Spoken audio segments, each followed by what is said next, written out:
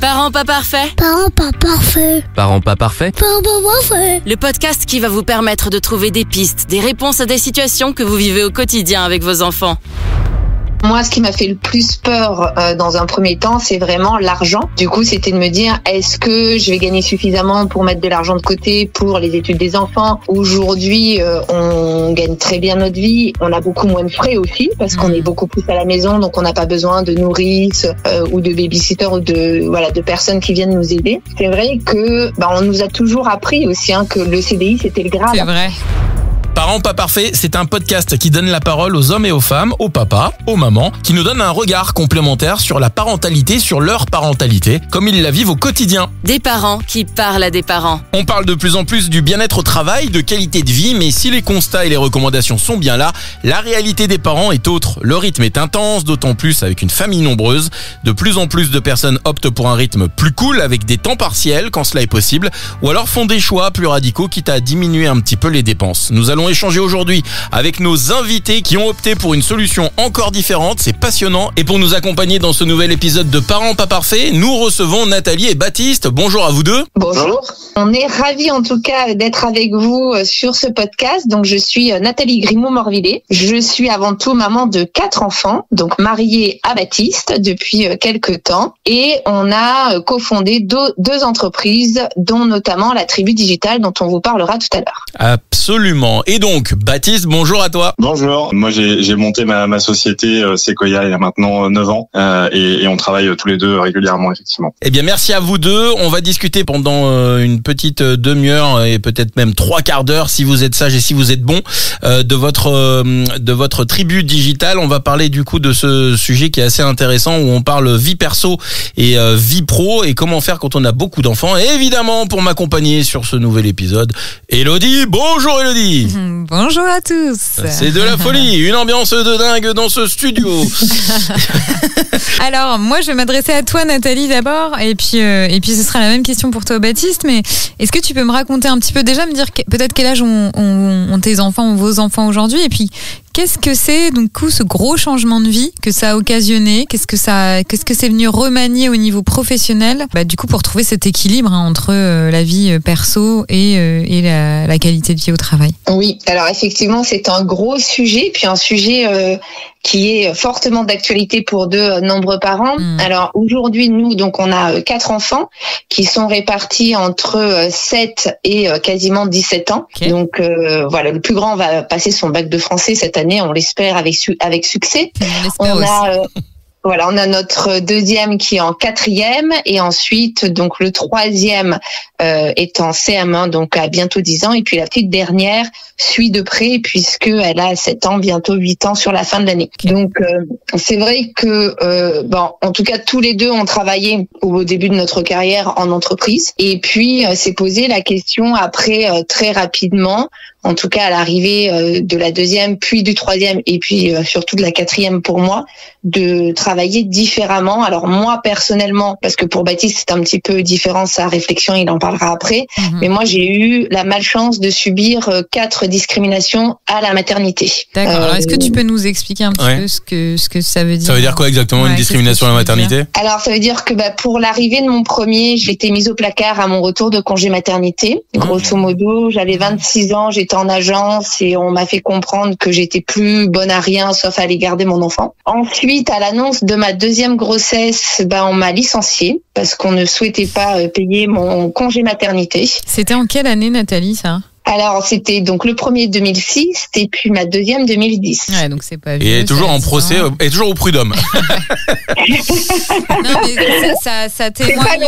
C'est pas loin. Tu as quasiment la bonne version. Ça témoigne d'une température d'une société quand même. 2010 oui. Et du coup, ouais. Okay. Mais Nathalie, tu n'avais pas indiqué à ton employeur lors de l'entretien d'embauche que tu voulais avoir plein d'enfants? C'est la question complètement interdite. C'est ça, exactement.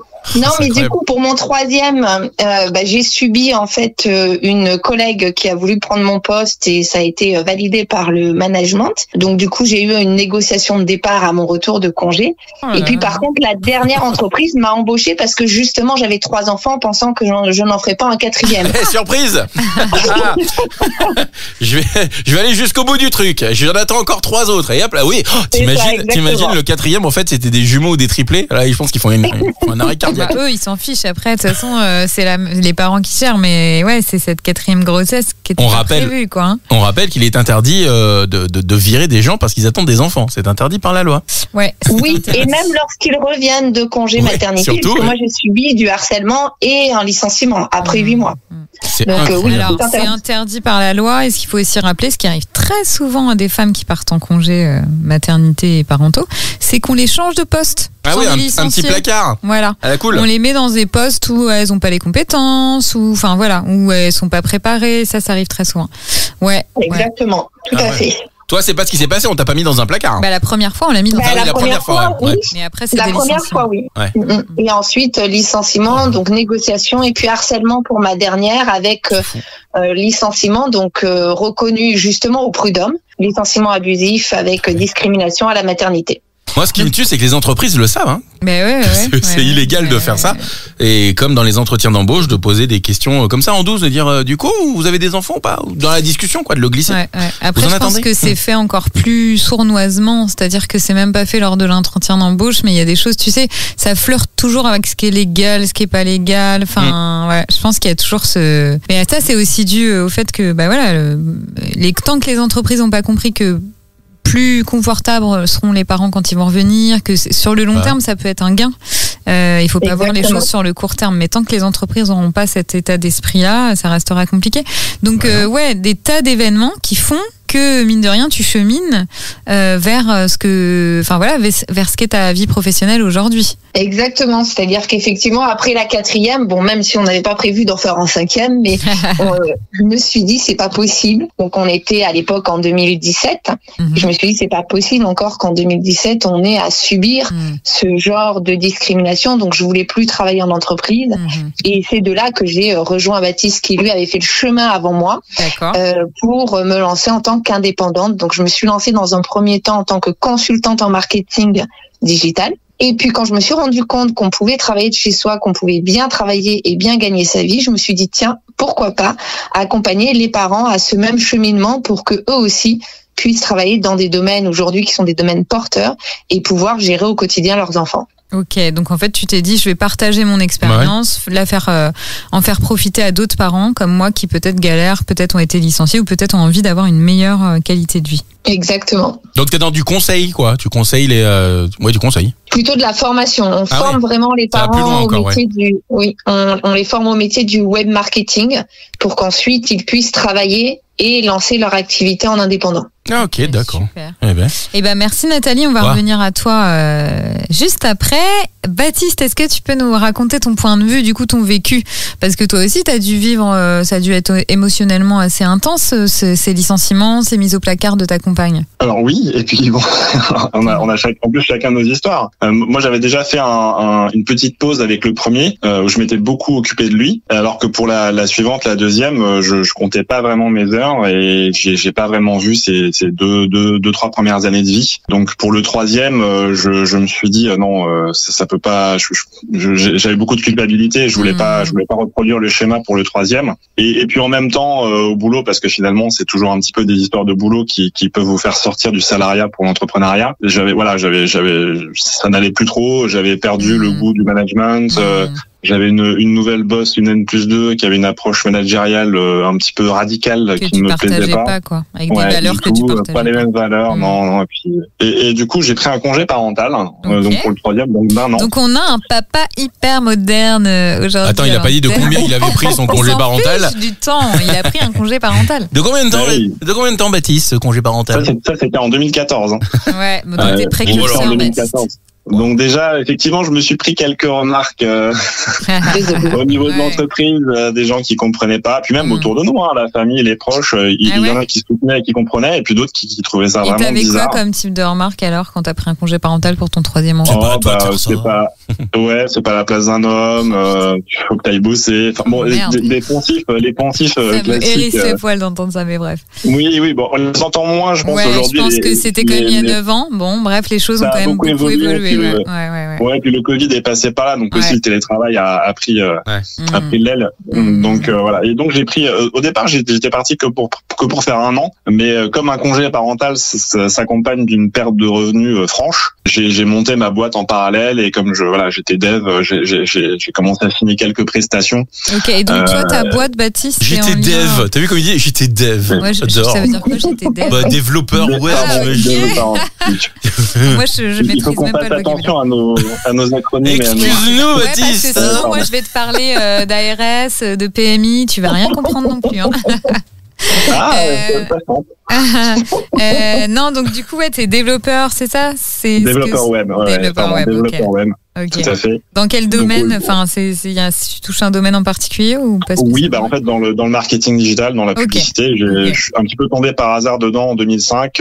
J'étais recruté par une agence marketing en fait en tant que développeur. Donc j'étais développeur, mais dans une agence web. Marketing, ce qui m'a un petit peu ouvert la porte du monde publicitaire et du monde de la communication. Donc après j'ai évolué chez Publicis, Dentsu, les différents grands groupes. Oh là, Publicis, ça rigole pas là. Hein, oh là là, c'est des grands noms ça. Attends, on va après ça pouvait rigoler. Hein, ça dépend dans quelle branche on allait. Ok. Donc toi, un peu quand même un peu le même cheminement parallèle à t'as vécu moins de discrimination, c'était plus proactif, on va dire, au démarrage en tout cas, mais vous avez ce même cheminement, ces mêmes valeurs qui vous animent de il y a un rythme qui est peut-être trop intense, des valeurs qu'on partage plus, l'impression que le monde du travail comprend pas forcément le fait que quand on a 4 enfants, on a d'autres choses à gérer que le travail. Nathalie, qu'est-ce qui a été le plus difficile pour toi Nathalie et après pour toi Baptiste, qu'est-ce qui a été le plus difficile dans cette prise de décision de changement? Parce que là on entend l'argent souvent la perte de revenus, mais qu'est-ce qui a pu être difficile? Parce qu'un cheminement, un changement, ça me demande toujours une adaptation. Qu'est-ce qui a été difficile et au niveau de votre vie familiale et peut-être au niveau de votre vie professionnelle? Alors c'est vrai que comme vous le dites très bien, en tout cas, moi, ce qui m'a fait le plus peur dans un premier temps, c'est vraiment l'argent. Et pas tant sur du court ou du moyen terme, mais moi, je me projette toujours à très très long terme. Donc, du coup, c'était de me dire, est-ce que je vais gagner suffisamment pour mettre de l'argent de côté pour les études des enfants, s'ils veulent partir à l'étranger, si. Et c'est vrai que pendant longtemps, c'est ce qui, en tout cas, moi, m'a freiné à me lancer dans l'entrepreneuriat complètement à tort, parce que aujourd'hui, on gagne très bien notre vie et on a beaucoup moins de frais aussi parce qu'on est beaucoup plus à la maison, donc on n'a pas besoin de nourrice ou de babysitter ou de personnes qui viennent nous aider. Mais c'est vrai que on nous a toujours appris aussi que le CDI c'était le Graal. C'est vrai. Donc sortir du sécurité. CDI. Ouais. Mais ça commence à changer pour le coup. Ça commence à changer effectivement, mais c'est vrai que à l'époque, en tout cas moi quand j'ai fait le saut en 2017, c'était ma peur principale. De me dire, est-ce qu'on va subvenir à nos besoins à moyen et long terme? C'est la culture du CDI en France. On te dit que le CDI t'ouvre des portes. C'est ce que les parents enseignent à leurs enfants, ou enseignaient en tout cas. Mais là, la nouvelle génération est plus du tout comme ça. Hein. Non, parce qu'il y a des changements. Les jeunes générations et même les générations 30-40naires changent de travail. Tu changes de job dans une vie, tu fais pas les mêmes jobs. Mais même les jeunes qui postulent à des postes, on ouvre une parenthèse pour le coup, mais il y a un rapport de force qui est en train de s'inverser entre les entreprises et les gens qui cherchent du travail et cette nouvelle génération qui impose un peu avec des guillemets qui impose un peu ses conditions, qui dit moi je veux bien travailler mais ça sera jusqu'à 17h et à 17h01 par contre c'est démarrer, arrêter et je rentre chez moi. Il y aura pas d'heures sup, il y a pas de... Ça vient aussi du fait que c'est une génération, alors déjà la génération Y, la nôtre, moi je dis ça, j'ai 40 ans mais vous aussi je pense que vous êtes dans la génération Y. Si t'as 43 ans Baptiste, on était une génération qui a été quand même programmée entre guillemets pour penser, pour critiquer les modèles. Bien sûr. Et la génération Z encore plus. Donc de toute façon, ils sont dans il y a plus du tout le même rapport à la hiérarchie que la génération d'avant, c'est-à-dire des gens qui ont plus de 45 ans. et qui étaient dans une forme de soumission à l'autorité, alors que là, les nouvelles générations sont plus dans cette posture-là. Il y a quelque chose au niveau de l'ordre du management à l'horizontale, de plus individualiste, pour le coup. Ouais, puis les entreprises, il y en a beaucoup là qui sont en train de se restructurer justement sur le management, qui comprennent que si elles prennent pas le pli maintenant, ça va être très compliqué du coup de gérer des équipes et des jeunes équipes qui voient plus l'entreprise comme nous. Ils voient plus l'entreprise comme un sacerdoce, comme la raison de vivre, comme moi je vois des gens qui partent à la retraite là, qui ont 60 ans, qui ont tout donné pour une entreprise, qui ont été et qui s'en foutent. L'entreprise s'en fout complet.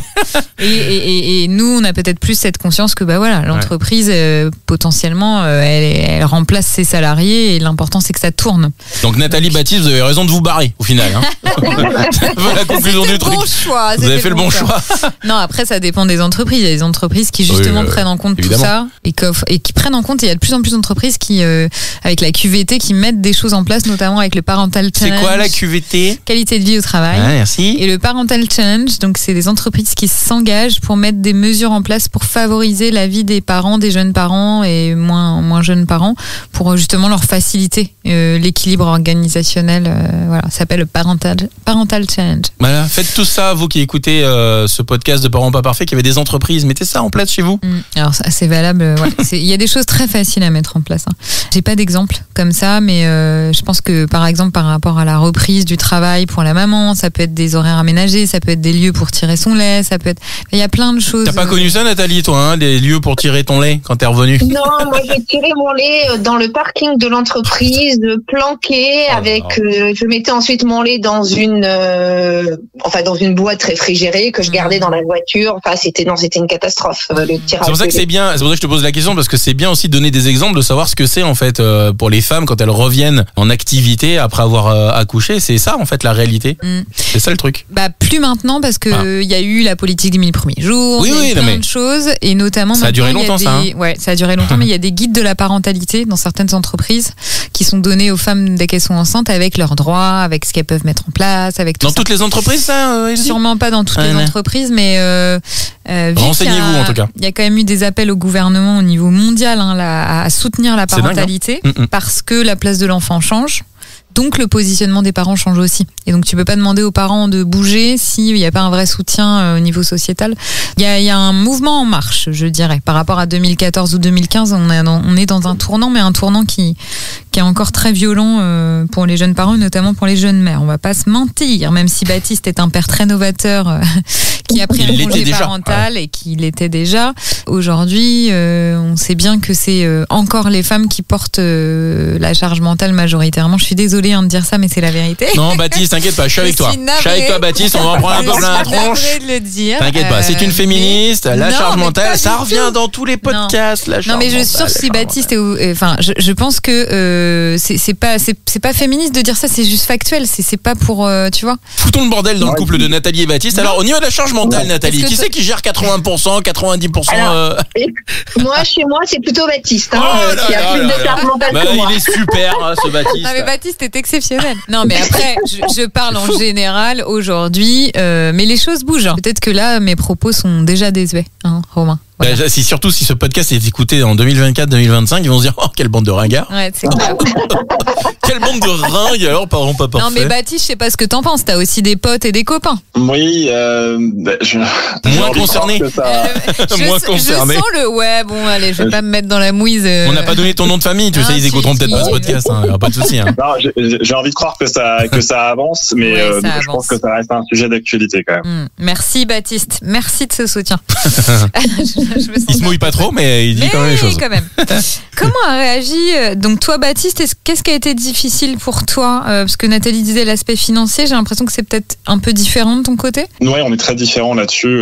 Je suis rarement inquiet de ce sujet-là. Après, dans ma réflexion initiale, c'est vrai que le fait de plus avoir de patron, ça a pesé quand même, d'être son propre patron. Voilà, il y a une liberté. On souffle un bon coup quand on en a marre d'avoir des gens au-dessus et des gens en dessous aussi. Se lancer dans l'entrepreneuriat, c'est une bonne solution. Alors on aura toujours effectivement des clients qui vont nous demander des choses, et puis à terme on peut aussi avoir des salariés. Donc voilà. Mais ça après c'est là. Si on met une structure horizontale en place, c'est pas un problème. Donc ça faisait partie de ma réflexion. Au niveau des freins, non, moi j'ai pas trop eu de freins. Ça s'est fait très naturellement. Je l'ai très très bien vécu. Vis-à-vis de tes amis, par contre, et de ton entourage, alors un peu moins proche que la famille, mais au niveau des amis, parce que t'as des potes qui sont peut-être parents autour de toi, eux ils ont vu ça comment, de se dire ah tu t'en vas carrément, tu vas monter ton truc à côté. Ouais, c'est vrai que dans la plupart de mes amis, j'étais un des premiers à être parent. Donc au moment où je l'ai fait, certains ne l'étaient pas encore, donc ils étaient dans un état d'esprit très différent. Oui, généralement c'est ça. Avant d'être père, avant d'être mère, on sort, on vit quoi, c'est ça que tu veux dire? Ouais, je comprends. En fait, pour situer Romain, il a un petit garçon de 3 ans, moi des enfants de 4 et 5 ans, donc on est encore dans du... On fout rien. On fait rien. On n'a pas encore enfin Romain, moi, on retrouve peu à peu notre... On va y arriver, voilà. On lâche pas. Mais c'est avec vous, maintenant ils sont grands. Donc du coup, vous connaissez pas ça. En plus, après leur dernier 7 ans. 7 ans, déjà tu fais un peu plus de trucs. Vous avez passé le plus facile là. Merci Baptiste. On va clôturer ce podcast de Parents pas parfaits. Je pense que ça va être la fin de l'épisode. Ah, la violence de la phrase. Vous avez fait juste le plus facile. Non mais Baptiste, tu dis ça à un mec qui dort pas depuis 3 ans. Il est malade de dire ça, mais il veut que je meure. Ouais, bon là, je vais être obligé de le ramasser la petite cuillère après coup. Non, c'est plus les mêmes problèmes. C'est plus les mêmes problèmes. Petits enfants, petits problèmes et voilà. Mais il n'y a pas une pause à un moment donné? C'est plus intellectuel. Il y a moins de fatigue. Il y a peut-être moins de fatigue. Il y a moins de physique. Mais par contre, intellectuellement. Mentalement, c'est autre chose. Ah oui, ok. Ça promet. Je l'ai déprimé ce soir, mais bon, bref. Ok. Donc du coup, vis-à-vis de tes amis qui t'ont vu partir pour cette nouvelle aventure, donc t'étais un des premiers, donc ils t'ont vu comme un extraterrestre un peu en disant oh là le gars il lâche tout pour. Ouais, alors je sais pas, ils sont peut-être tous hypocrites, mais j'ai pas eu de remarques particulières. Certains ont trouvé ça un peu audacieux, mais plutôt. L'audace c'est bien. Certains ont été plutôt admiratifs aussi de ce saut. Il faut un sacré courage pour sortir de sa zone de confort. Ah, faut les poser sur la table, je te confirme, ouais. Si je puis dire. Non, ça c'est très machiste, tu vois, comme propos. Non, mais c'est une image, évidemment. Voilà. Mais pour le coup, il faut quand même se dire, j'ai j'ai un salaire de temps par mois, ça me convient plus, je vais m'en aller. Il faut quand même vraiment avoir du courage, en effet. Ouais. C'est vrai qu'à l'origine, je l'avais fait que pour 1 an, mais j'y ai tellement pris goût que le congé parental a duré 3 ans et qu'ensuite on a fini par une transaction pour mettre fin au contrat. Et puis je suis jamais retourné dans l'entreprise. Et c'est du coup ce cap-là, tu l'as vécu assez doucement. Tu as cheminé avec ton congé parental? Ouais, ça s'est fait très tranquillement, avec un petit bébé qui avait quelques mois, et puis que j'ai vu grandir du coup 1 an, 2 ans, 3 ans, et avec qui j'ai passé énormément de temps. Donc et c'est pour ça, Baptiste, qu'aujourd'hui tu portes autant, voire plus la charge mentale, peut-être. Est-ce que c'est pas aussi... Fais gaffe, elle est en train de te poser une question très dirigée. Non, pas du tout. Non, pas du tout, non. Pas du tout, je la connais pas.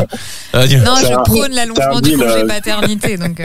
Non, mais ça c'est un deal de couple. Enfin là, on est aussi partenaires et de vie et on a alterné dans la vie parfois. C'est moi qui travaille énormément et elle moins et parfois l'inverse et du coup. Et quand l'un travaillait beaucoup, l'autre prenait le relais sur le rôle parental. Ouais, ok. Non mais c'est super. Après, ce qu'on préférerait effectivement, et ce qu'on préfère, c'est que ce soit à peu près 50-50 et qu'on profite tous les deux autant de nos enfants et qu'on travaille. Imagine. Et alors, sur vos enfants, comment est-ce qu'ils ont réagi, vos 4 enfants? Parce que, donc, Nathalie, quand tu t'es arrêtée, c'était 2014? Non, alors moi, c'était 2017, mais alors moi, j'ai une petite anecdote qui va sûrement faire sourire, puisque du coup, Baptiste, lui, a créé son entreprise en 2014. D'accord. Donc, il a pris son indépendance à ce moment-là, on n'avait que 3 enfants. Okay. Et puis, donc, en 2015, je tombe enceinte, donc, de ma dernière. Et en fait, on se pose la question à ce moment-là, puisque Baptiste n'est plus dans l'entreprise, on se pose la question de quitter Paris et d'aller en fait en province pendant 1 année. Donc on en parle. On dirait le départ. Allez, on va chez les Moldus. Hein. Allons voir de l'autre côté de la petite couronne ce qui se passe. On part à Alors, Exactement. est-ce qu'ils ont de l'eau et de l'électricité? Allons voir cela, Baptiste. Montez dans la calèche. Allons-y. Parce que vous habitez du coup, Exactement. vous habitiez Paris, vous habitiez Paris Dans le intramuros? 16e. Oui. Non, on habitait en banlieue parisienne, mais bon, très proche de Paris. C'était et c'est vrai quelle qu'on en a- ville? Ah oui, on était à Villeneuve-la-Garenne. Ok, Donc, d'accord. dans Ouais, moi, 92. j'ai habité à Sèvres longtemps, d'accord, ok. Et Ok. du coup, c'est vrai qu'on se dit que finalement, qu'est-ce qui nous retient à Paris? Enfin, à part mon boulot, pas grand-chose. Ouais, la donc Tour on Eiffel. décide de, Souvent, c'est ça. voilà, à la Tour Eiffel, mais on peut y aller maintenant en touriste, c'est pas Alors, très sympa. alors, je tiens à préciser, Nathalie, Gros cliché. que Romain rentre tout à fait dans le rôle du Moldu avec ses remarques à 2 balles sur la Tour Eiffel. Moi, je dis Absolument, ça, bah, je dis rien. Je mais- reste juste sur un truc cliché. Excuse-moi. Hein.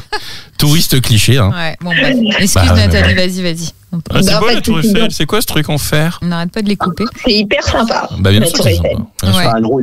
Elle rouille, mais... Oui, effectivement, elle est pas en très bon état, mais bon, c'est un autre sujet. C'est vrai qu'il y a rouille. Je l'ai vu il y a pas longtemps, il y a quelques jours, c'est très marrant. Bon, bref. Ce podcast par Henri Et Comblet. donc, ouais, on est en train de dévier. C'est là. D'habitude, n'importe on quoi. n'interrompt pas autant nos invités, mais on se sent Mais c'est bien avec passionnant, vous. oui. Alors, C'est parce vous que êtes, vous êtes passionnant. vous avez pris les chevaux, vous avez scellé tout ça, vous avez mis. Exactement. Et on est parti s'installer donc dans Lyon, donc Ok. Ah au ouais, Auxerre et Caen. vous avez pas fait semblant, hein? Mais Ah maintenant, non, ils On prennent du n'a pas Xanax. fait semblant. Ils prennent du Il y a des Xanax champs, il y a depuis. des Parce champs autour de nous. Non, parce qu'on est à Dijon, là, mais quand même. Et alors, vous y êtes toujours? C'est chaud quand même. On y est toujours, donc 8-9 ans après, on y est toujours. Mais alors, pour la petite histoire, on avait prévu de n'y aller qu'une année, donc sur mon congé maternité, parce que grosso modo, mon congé maternité commençait aux alentours du 15 octobre, et puis avec les vacances, je finalisais aux alentours du mois de mai.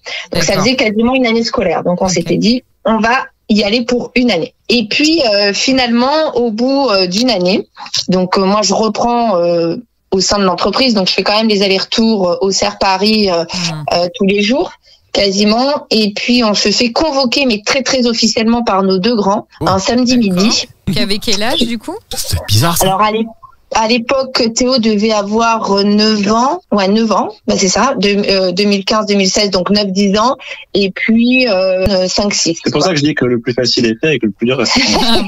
Bah, quand tu commences à te faire convoquer en étant le parent, oui, c'est Ah, un peu, c'est bon. c'est un peu particulier. Oui. Et là, les enfants nous disent, enfin, s'adressent à moi plus particulièrement, en nous disant, écoute maman, il va falloir que tu changes de travail, parce que nous, on veut pas retourner sur Paris. Ok, ah ouais, donc c'est leur demande à eux directement parce qu'ils ont pris goût à cette autre vie, quoi, hein, cette vie provinciale, sûrement, C'est ça. j'imagine. Ouais, ouais. Nous, on avait décidé de rentrer, Oh là moi de là. mettre fin à mon année de congé parental et de retourner dans l'entreprise. Nathalie de reprendre logiquement après son congé maternité. Et puis les enfants nous ont dit bah non, on va rester ici. Vous vous débrouillez comme vous voulez, mais on va rester ici. C'est marrant parce que généralement c'est l'inverse. Les enfants comme ça, quand ils sont éloignés d'une ville, surtout comme Paris, ils sont peut-être un peu plus demandeurs. Là, c'est l'inverse. C'est marrant. C'était notre crainte aussi.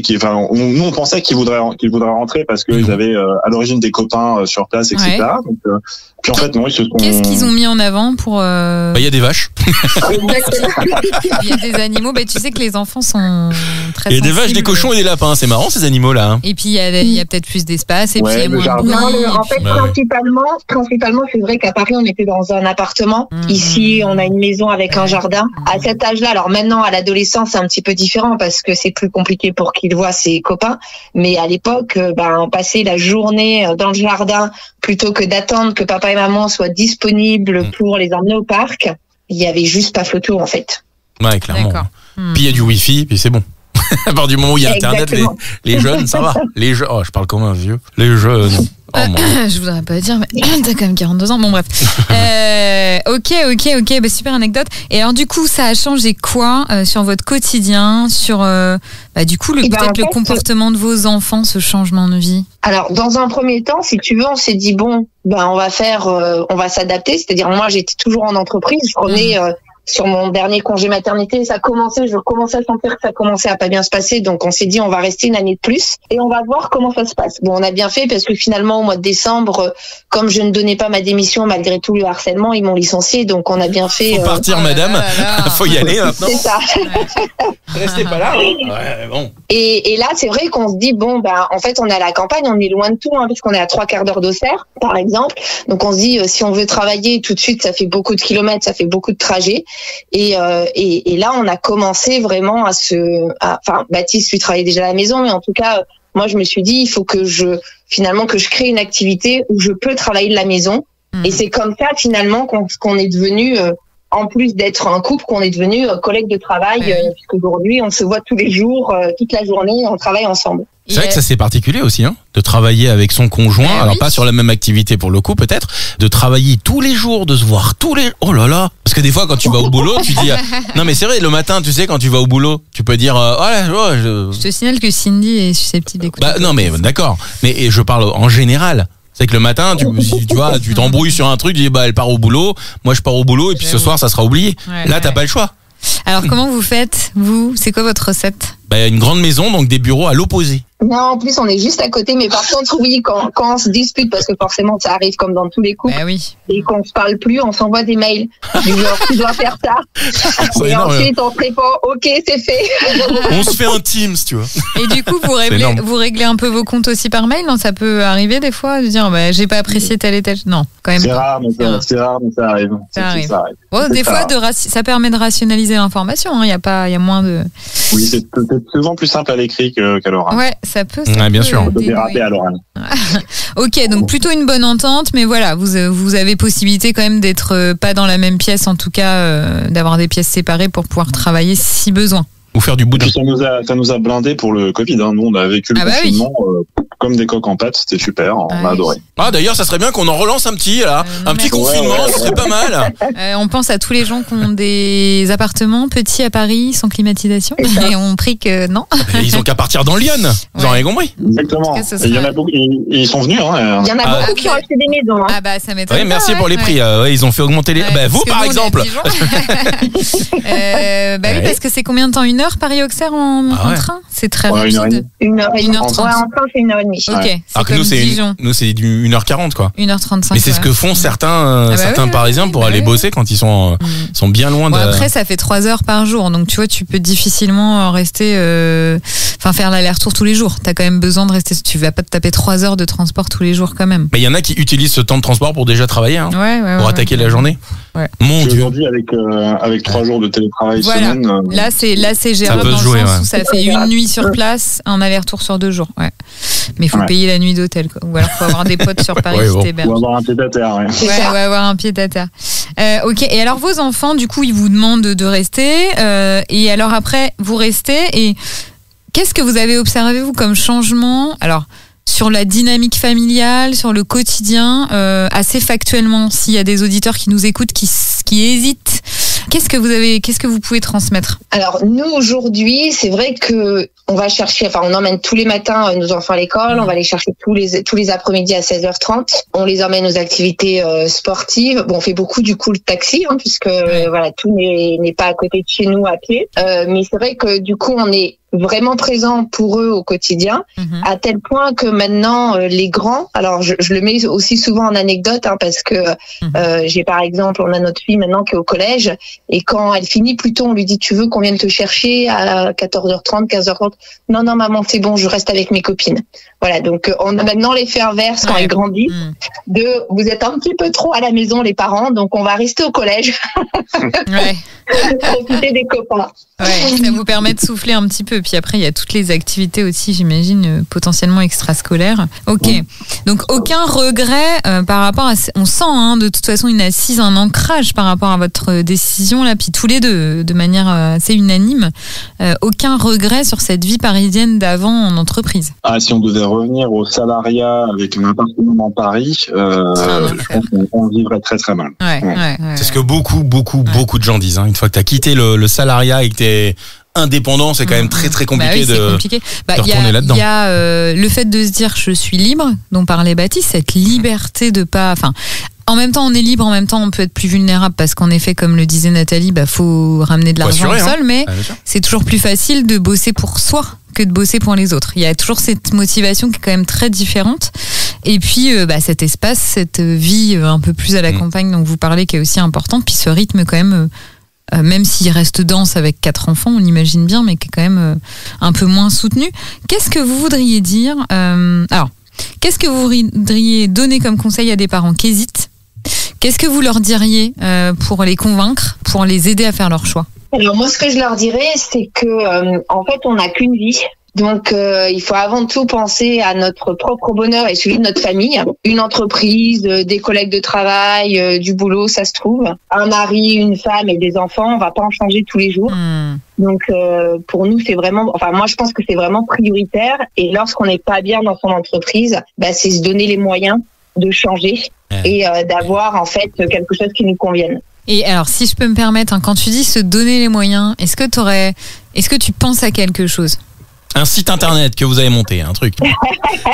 Un truc, est-ce que t'as une idée ? Parle-nous un peu de la tribu digitale. Évidemment qu'on va en parler, ça va être ça.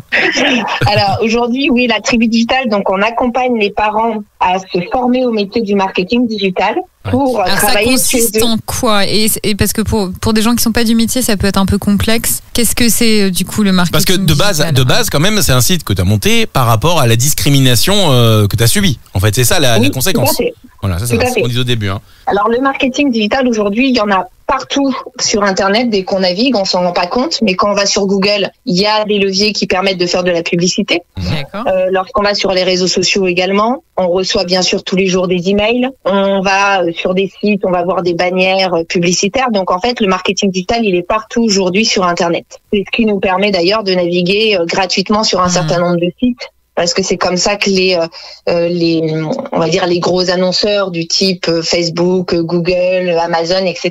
gagnent de l'argent. Ah, tu parles des cookies, c'est ça ? Non, pas que, parce que c'est beaucoup plus vaste. Les cookies, c'est un élément technique en fait qui permet derrière de cibler les personnes. Ouais. Mais le web marketing, en fait, ce sont des leviers de communication. Donc il y en a plusieurs qui existent et qui permettent aux entreprises de se développer grâce à Internet. Développer leur notoriété, développer leur chiffre d'affaires, aller prospecter sur des nouveaux marchés, etc. Et aujourd'hui, même si on a de plus en plus de personnes dans ce secteur-là, c'est un secteur qui recrute énormément, dans lequel il y a énormément de demandes et pas assez de professionnels, pas assez d'experts. Donc par exemple, on va avoir des experts sur les réseaux sociaux, notamment les community managers, les social media managers. On va avoir des experts sur tout ce qui est référencement naturel, référencement payant. On va avoir des experts sur l'email marketing.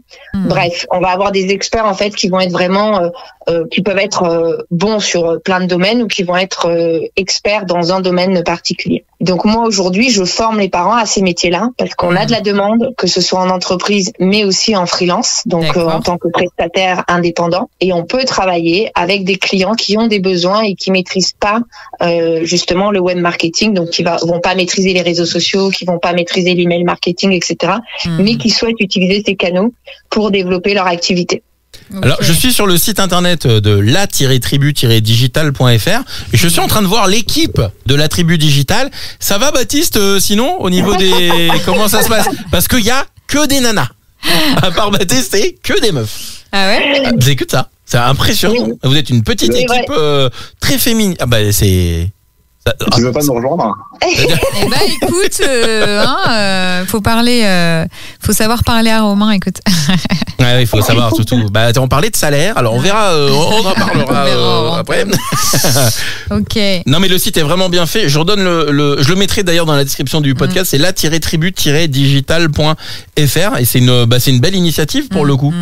C'est vraiment chouette quoi. Ouais, puis c'est partir de sa propre expérience pour essayer de donner des outils à d'autres parents qui les ont peut-être pas et leur montrer une autre voie. Surtout, c'est que ce que dit Nathalie, c'est que tu peux bosser de chez toi en freelance, tranquillou bilou quoi. En pantoufle, ça c'est cool. Bon écoute, en pantoufle, en pyjama, effectivement, dans n'importe quelle tenue, plus ou moins décontractée. Ah, il fait tellement chaud. Et je vais rester en maillot. C'est une question plus perso, on coupera peut-être.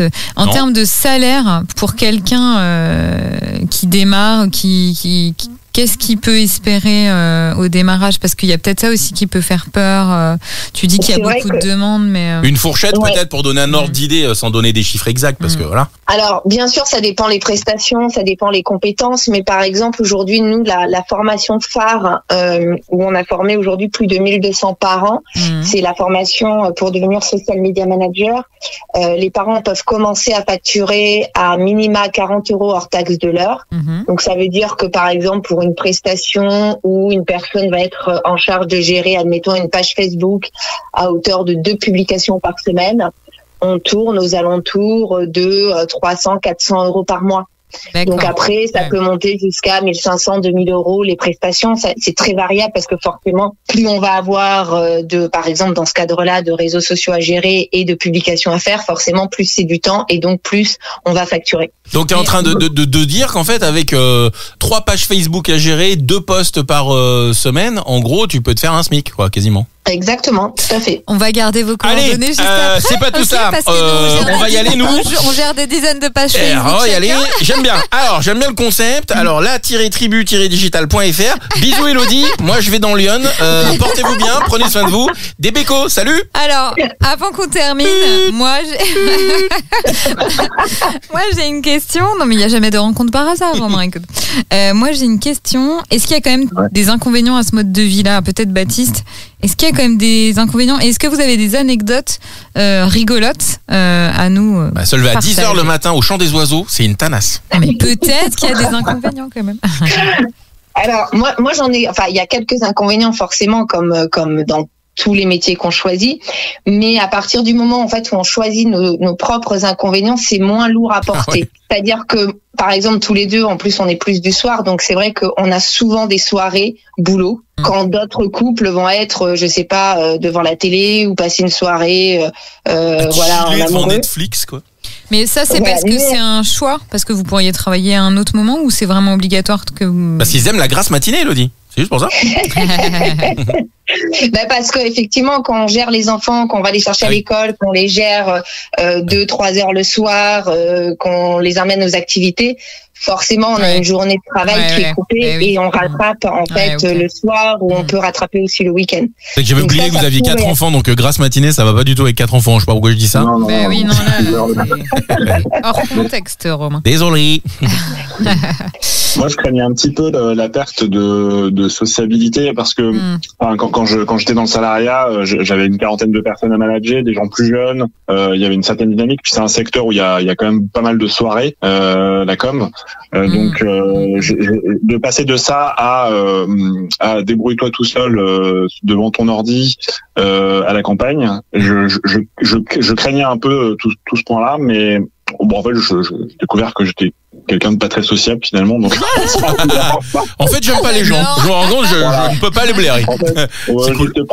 j'étais probablement agoraphobe sans le savoir. Ok, Ouais, donc du coup, t'es là où tu non, dois non, être voilà, aujourd'hui, quoi. C'était une crainte. Mais c'est là, si je peux dire quelque chose aux gens qui hésitent, si vous hésitez et que vous êtes sérieux, vous avez déjà fait 95% du chemin. Les 5% qui restent, c'est juste, faut juste ouvrir la En porte. fait, ça me met des frissons, là, ce qu'il dit, tu vois, je me dis, ça doit parler à Je vais le tellement faire, de je vais le faire, je vais le faire.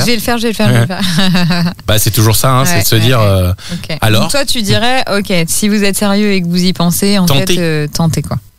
C'est déjà Vous quasiment fait. risquez pas grand-chose. C'est ça que tu dis? Ou si vous risquez Après, c'est toujours compliqué d'aller au-delà de ses peurs. Et la peur principale, c'est de ce que disait Nathalie tout à l'heure. Ouais, c'est ça, de pas subvenir à ses Ouais, c'est de besoins, pas y aux besoins arriver, de ouais. ses enfants. De quitter un confort et une cage Mais dorée. ce qu'ils disent eux, hein, on va être très clair, c'est que dans la niche entre guillemets où est Nathalie, il y a beaucoup Il y a du de travail. travail. C'est ça que tu dis. Hein, Donc ça, c'est Nathalie. pas mal. Oui, il y a du travail bien rémunéré. Donc après, bien sûr, c'est comme tout, hein. On va pas avoir des clients en restant dans son canapé en regardant non. Netflix toute la journée, Ah, faut bosser. bien bah oui, évidemment. évidemment. Mais si on va chercher des clients, moi j'ai aujourd'hui des mamans qui facturent très très bien chaque mois et qui gagnent très bien leur vie et bien plus que lorsqu'elles étaient salariées, Ouais. tout en étant présentes pour les enfants. Après, ça se fait pas du jour au lendemain.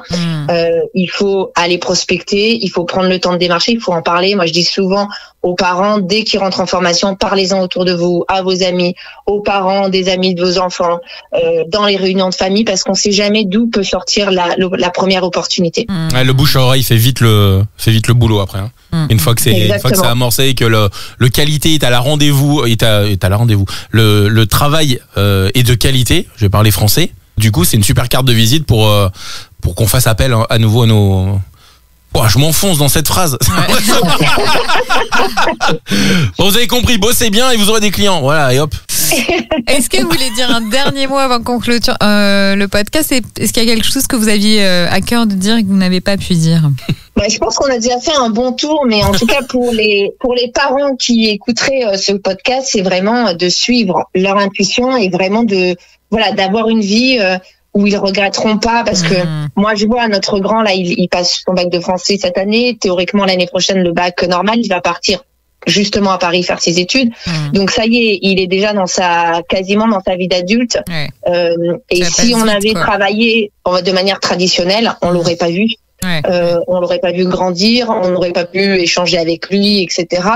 Et je pense que le fait d'avoir travaillé à la maison, ça nous a aussi permis de créer des liens avec chacun des enfants plus forts que lorsqu'on ne travaille pas à la maison, justement. Sortez de votre zone de confort, ne restez pas isolés. Vous pouvez vous appuyer sur une communauté. Ces éléments-là font que vous pouvez y aller. On dirait un mantra. Ouais, c'est clair. Ouais.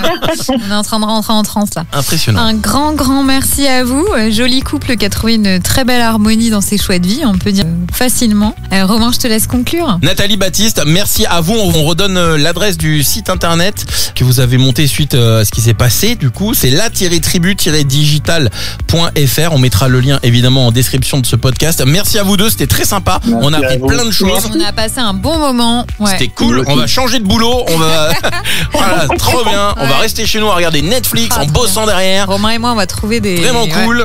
Alors, c'est vraiment chouette. Merci à vous deux et merci d'avoir participé à ce nouvel épisode de Parents pas parfaits. Nathalie Baptiste. Merci beaucoup. Merci de nous avoir reçus. À très bientôt. Merci.